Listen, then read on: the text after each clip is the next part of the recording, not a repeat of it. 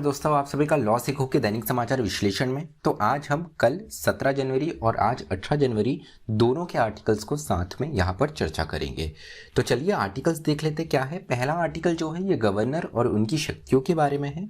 दूसरा आर्टिकल हाल ही में एक बिशप के ऊपर रेप के एलिगेशन लगाए थे इन्होंने, उसी बारे में एक जजमेंट आया है, निर्णय आया है कोर्ट का, उस बारे में हम बात करेंगे। रेप लॉस के बारे में भी चर्चा करेंगे। उसके बाद में आज का जो हमारा तीसरा आर्टिकल है ये भारतीय ग्रीन डील के बारे में है। जैसे क्लाइमेट चेंज को देखते हुए हम हमारा कार्बन उत्सर्जन कम करते जा रहे हैं तो इसका क्या प्रभाव पड़ेगा, इसके प्रोस कॉन्स, इसकी सारी चीज़ों पर हम चर्चा करेंगे। अंत में हम क्रिप्टो करेंसी पे बात करेंगे और क्रिप्टो करेंसीज पे कैसे टैक्सेशन लगाया जा सकता है उसके बारे में चर्चा करेंगे। तो चलिए मैं आगे बढ़ूँ उससे पहले मैं अपना परिचय करवाना चाहूँगा। मैं खुशवंत पवार, आप चाहें तो मुझसे ट्विटर और लिंक्डइन पर जुड़ सकते हैं, डिस्क्रिप्शन में आपको इसकी जानकारी मिल जाएंगी।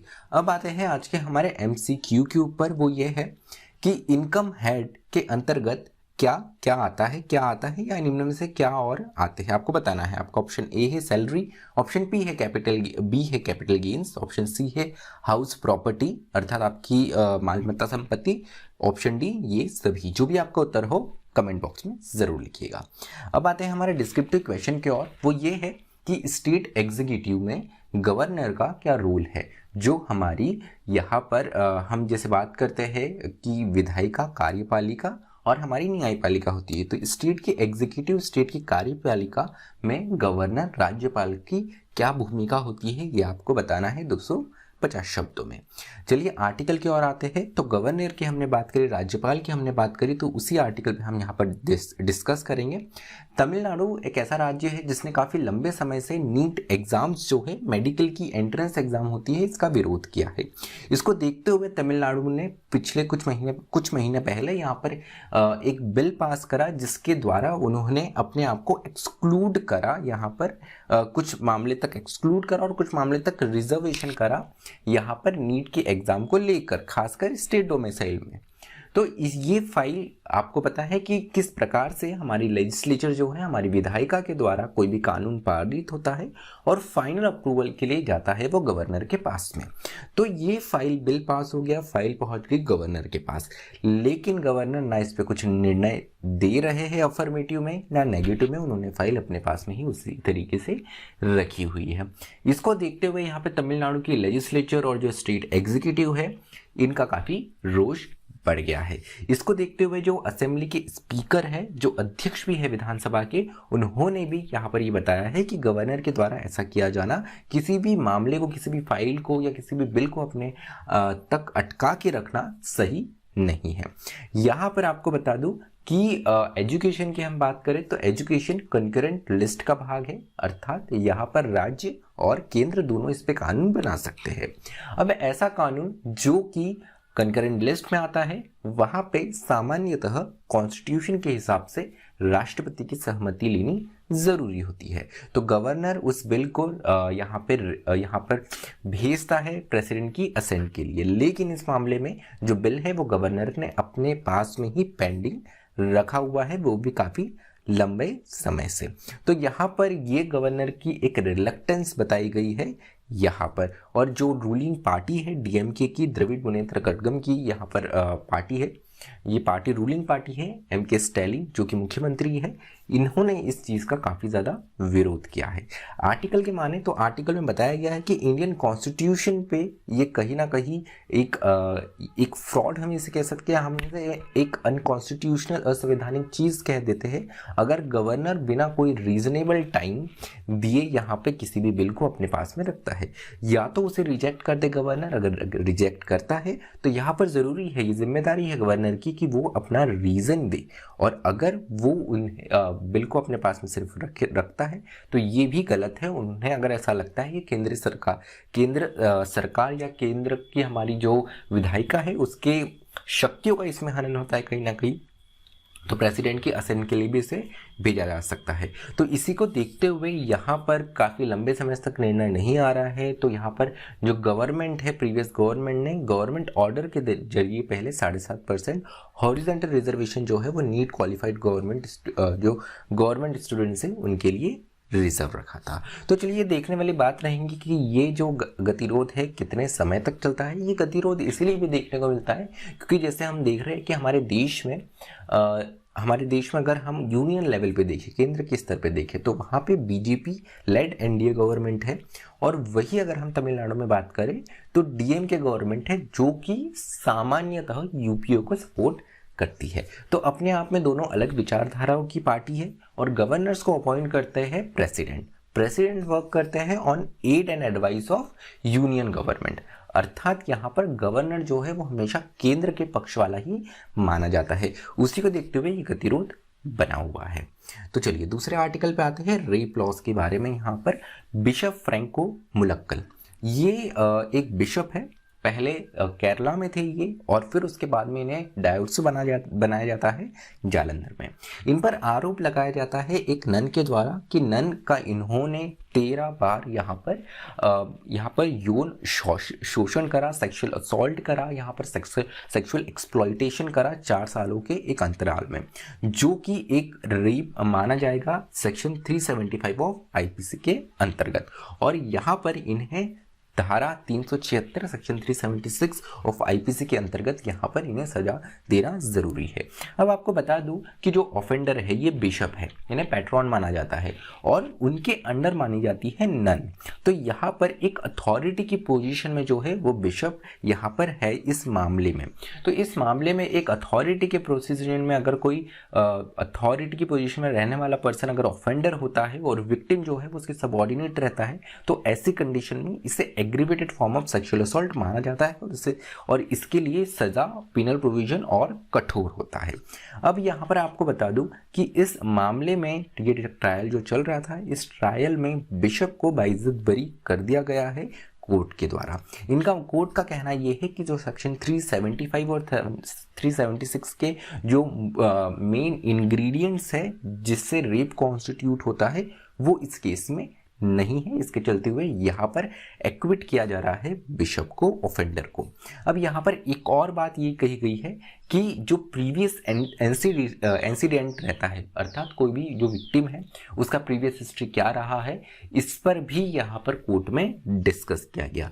अभी तो अगर हम देखें तो कई बार सुप्रीम कोर्ट ने ये कहा है कि किसी भी विक्टिम का प्रीवियस हिस्ट्री क्या रहा है वो यहाँ पर डिस्कस नहीं किया जा सकता है। हाल ही में हम देखें तो दिल्ली हाई कोर्ट में जब मैरिटल रेप को लेकर आर्ग्यूमेंट्स चल रहे हैं तो उसमें खुद जजेस ने ये माना है कि इवन अगर हम देखें तो अगर कोई प्रोस्टिट्यूट भी है तो वो भी रेप का यहाँ पर चार्ज कर सकती है अगर उसकी कंसेंट नहीं होती है।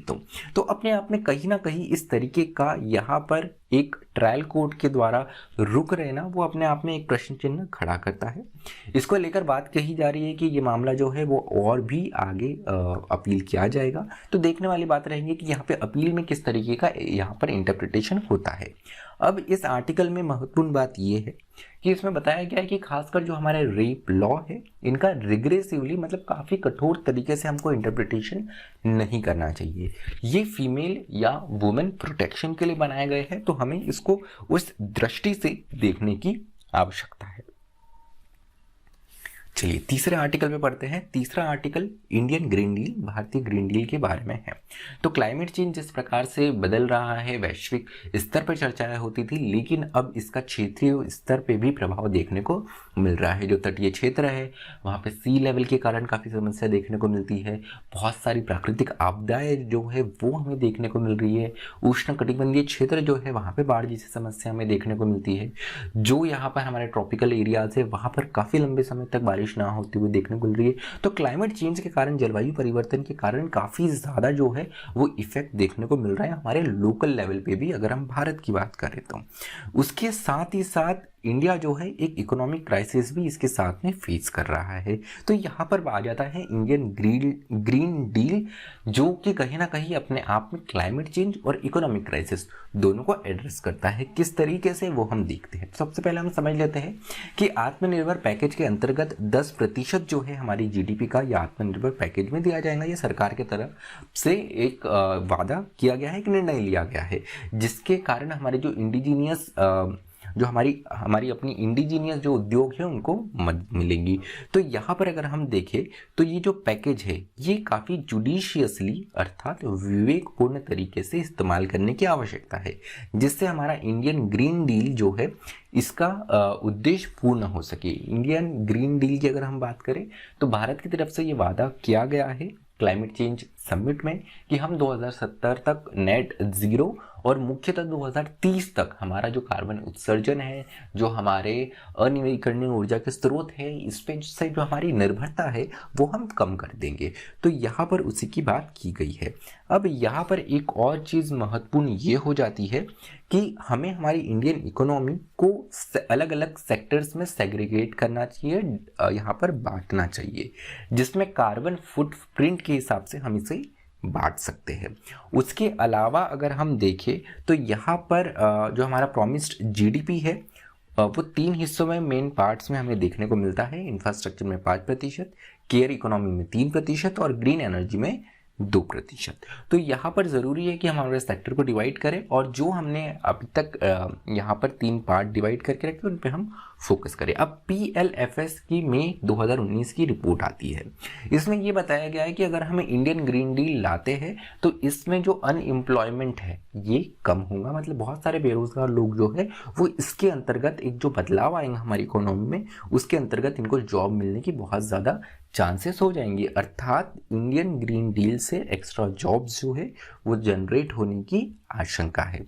अगर हम देखें तो 2.4 million can be get hike to 8 million people. तो जो आज 2.4 मिलियन लोगों को यहाँ पर रोजगार मिलता है वो बढ़ के 8 मिलियन लोगों तक हो जाएगा। यहाँ पर 8 मिलियन लोगों की आवश्यकता होगी। तो इससे एक विन विन सिचुएशन हमें देखने को मिलती है। कैसी विन विन सिचुएशन? इकोनॉमी को हमारे फायदा होगा, लोगों को रोजगार मिलेगा, जिससे हमारी इकोनॉमी सुधरेंगी, एक मोमेंटम हमारी इकोनॉमी में बढ़ेगा। तो हमारा एम्प्लॉयमेंट इशू एड्रेस होता है। उसके अलावा हमारा जो जलवायु परिवर्तन है, पॉल्यूशन है, ये भी यहाँ पर एड्रेस होगा। उसके अलावा और भी अगर हम देखें फायदे इससे तो जो कार्बन एमिशन है इसमें 0.8 गीगाटन्स की कटौती भी होगी, जो कि हमारे पर्यावरण के लिए अच्छा है। उसके अलावा यहाँ पे भारत जो है एक एनर्जी इंटेंसिटी का हमारा कंजम्पशन बहुत ज़्यादा है। अगर हम ग्रीन एनर्जी की ओर बढ़ते हैं, ग्रीन डील की ओर बढ़ते हैं तो यहाँ पर 1/3 एनर्जी जो है वो भी बचा पाएंगे। अब बात यह है कि अगले 10 साल में हमें क्या करने की आवश्यकता है, किस तरीके से हम इस ओर बढ़ सकते हैं, क्या चैलेंजेस फेस कर सकते हैं। तो सबसे पहले यहाँ फंड्स की अगर हम बात करें तो फंड्स अपने आप में कलेक्ट करना और इस टूवर्ड मूव करने के लिए फंड्स की बहुत ज़्यादा आवश्यकता पड़ेगी। विश्व में देखें तो यूएस और चाइना 2 कंट्री है जो सबसे ज़्यादा कार्बन उत्सर्जन करता है, लेकिन इनका कंट्रीब्यूशन जो है वो इतना नहीं देखने को मिलता। तो जब तक सबसे जो बड़े एमिटर्स है वो जब तक कंट्रीब्यूट यहाँ पर नहीं करते हैं एमिशंस को लेकर पॉल्यूटर पे के प्रिंसिपल के हिसाब से यहाँ पर कार्बन उत्सर्जन कम करने के लिए मदद नहीं करते दूसरी कंट्री की, ये एक मुश्किल सवाल रहेगा। भारतीय स्तर पर अगर हम देखें तो भारतीय स्तर पर ये सुझाया गया है इस आर्टिकल में कि जो इंडियन इलीट है अर्थात हमारे देश में जो बहुत रिच पॉपुलेशन है उन पर एक्स्ट्रा टैक्सेशन लगाया जा सकता है, क्योंकि ये देखने को मिलता है वो ज़्यादा रिसोर्सेज का यहाँ पे कंजम्पशन करते हैं, इसके लिए उन पर ज़्यादा टैक्स लगना ज़रूरी है। उसके अलावा यहाँ पे लग्जरी आइटम्स जो है इस पर भी टैक्सेशन लगाने की बात की गई है। तो यहाँ पर बताया गया है कि अगर ये टैक्सेशन लगाया जाता है तो कहीं ना कहीं जो हमारे देश में पुअरेस्ट है उनको इसका फ़ायदा मिलेगा, क्योंकि ऐसा देखने को मिलता है कि जो पुअरेस्ट है उनसे 5 गुना ज़्यादा एमिशन जो है वो इंडियन इलीट या रिच क्लास करती है। उसके अलावा बताया गया है the green deal solves 2 most pressing issues. तो भारत में 2 जो बहुत ही महत्वपूर्ण इश्यूज है उनको एड्रेस करता है कि एमिशन, दूसरा इक्विटी अर्थात हमारा जलवायु परिवर्तन, हमारा पॉल्यूशन प्रदूषण, और दूसरे हमारे अर्थव्यवस्था में जो एक थोड़ी मंदी हमें देखने को मिल सकती है अनएम्प्लॉयमेंट के कारण, बेरोजगारी के कारण, उससे भी एड्रेस करता है। चलिए अंतिम आर्टिकल पे आते हैं, क्रिप्टो करेंसी की बात करते हैं। क्रिप्टो करेंसी ब्लॉकचेन पद्धति पे चलती है, बिटकॉइन इसका उदाहरण है। आप लोगों ने इसके बारे में ज़रूर एक ना एक बार तो सुना ही होगा। अब इसकी बात करते हैं तो भारत में करीब 10 करोड़ लोगों ने यहाँ पे क्रिप्टो करेंसी में इन्वेस्टमेंट करा हुआ है। ये इन्वेस्टमेंट अंदाज़ा लगाया गया है तो करीब $10 मिलियन का है, मतलब अपने आप में काफ़ी ज़्यादा अमाउंट है। इसको देखते हुए ही यहाँ पे सरकार काफ़ी सजग हो गई है और उसको लेकर इवन प्राइम मिनिस्टर जी ने भी यहाँ पर अपना एक स्टेटमेंट जारी किया है कि हम इस पर कुछ ना कुछ रेगुलेशन ज़रूर लेकर आएंगे। टैक्स अथॉरिटीज़ की चिंता काफ़ी बढ़ गई है क्योंकि इतना ज़्यादा इन्वेस्टमेंट हुआ है जो कि टैक्स अथॉरिटी के जो बुक्स हैं उनके बाहर है एकदम। तो सरकार चलाने में, देश चलाने में टैक्स की आवश्यकता होती है और क्रिप्टो करेंसी में इन्वेस्ट करके अभी ये देखा जा रहा है कि ये जो लोग क्रिप्टो करेंसी में इन्वेस्ट कर रहे हैं ये टैक्स के दायरे से पूर्णतः बाहर है। लेकिन अगर हम हमारे देश में कानून देखें तो इनकम टैक्स एक्ट 1961 की अगर हम बात करें तो हम क्रिप्टो करेंसी पे टैक्स लगा सकते हैं अलग अलग माध्यम से।